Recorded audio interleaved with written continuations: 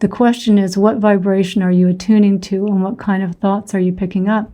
Great comment on the vibration, by the way. Great comment. We are all energy, right? We are all energy. Any physicist will tell you we are all energy, right? It's just that, the body appears so solid, all of this appears so solid because it's just in certain forms, energy is slowed down enough, for us to be able to perceive it as solid or to think that it might be solid. But we are all energy. What you are thinking about is changing your energy, right? And so if we're thinking negative thoughts most of the time, and a lot of us are, if you're unconscious, you are vibrating in a way that you do not want to be vibrating. This is one of the challenges that I have with law of attraction. Not that I don't think it works, but I think people say, oh, it sounds so wonderful. Oh, law of attraction. Yeah, I'll just think about what I want and I'll get it and I'll be happy. Like, who doesn't want that, right? It sounds amazing. It sounds incredible. But the problem is, most of the time, we are thinking about what we don't want or what we don't have. 80% of our thoughts are fear-based.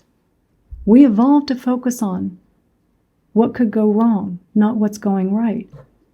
So without a very solid practice, you're not attracting what you want, right? And what we want, well, there's nothing wrong with material possessions. There's nothing wrong with wanting a new job, wanting a new boyfriend, wanting any of these things. No problem wanting any of those things. But they are secondary. If you want to feel whole and complete and that sense of belonging and safe inside, and this is what I think we all want, right? We want that contentment. It's not in thinking about what I want that's going to bring me that. It's going to bring me into a state of lack, of feeling like I'm not enough and that I'm not happy. But you come into your heart, you spend a few minutes on gratitude.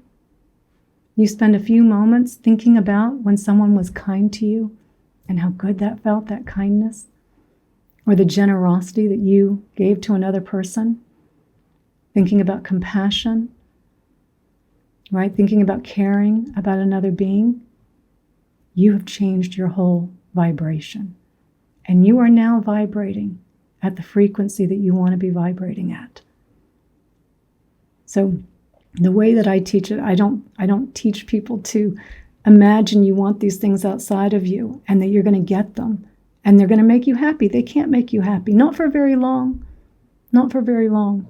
It's impermanence, fleeting happiness. Nothing wrong with it. Nothing wrong with enjoying the chocolate cake. Nothing wrong with wanting to have a nice car or to have the nice massage. There's no problem. Any of those things, no problem.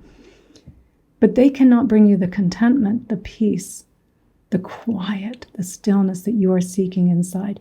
That comes from within. And the heart is a beautiful way to access that.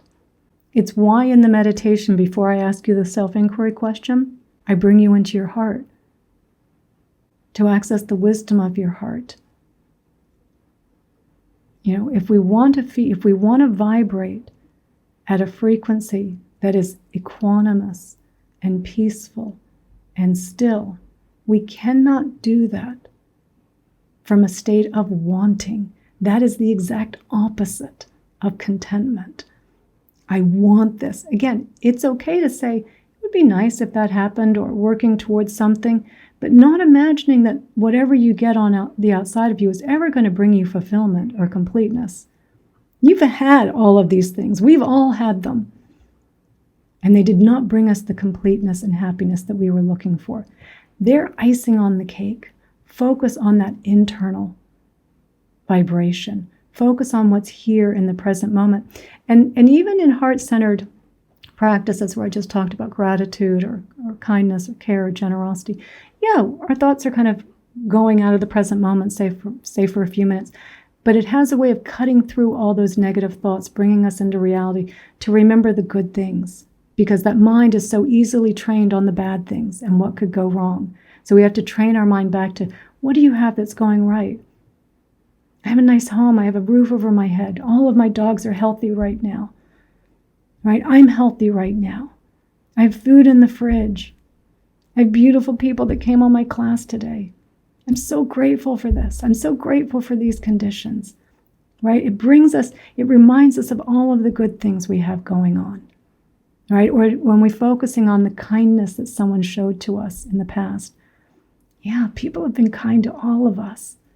But we don't remember that. We remember the people that were unkind to us, the people that were suffering, right? So it's about focusing on the right things, right? Focusing on what's going right as a way to bring us into the present moment. So again, another mindfulness practice coming in through the heart, changing our vibration, changing our energy. And this is the kind of energy and vibration that when you go around and when it's really firmly established, you don't pick up on that negative energy that's around you any longer, right? Because it really creates a kind of a, like, I want to use the word shield because we're not separate from anything, but it just firmly establishes you in the here and now. So the heart, your energy, your vibration. Thank you, Claudia, for bringing that up because I am a big believer in coming inside for that vibration, not looking for it outside.